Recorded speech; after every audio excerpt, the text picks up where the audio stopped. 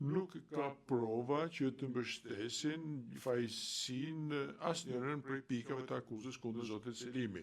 Duhet të shpallet pafajësia dhe prandaj nuk mund të flitet për masë dënimi. Megjithatë, nëse trupi gjykues arrin në fazën e masës së dënimit, pala do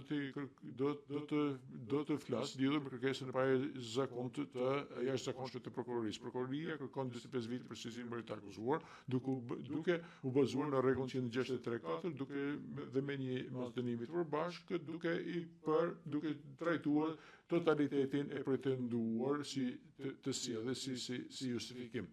Edhe në alternativë, kërkesa e prokurorisë është shproporcionale dhe pa precedent në rrethanat e kësaj çështje që nuk është provuar.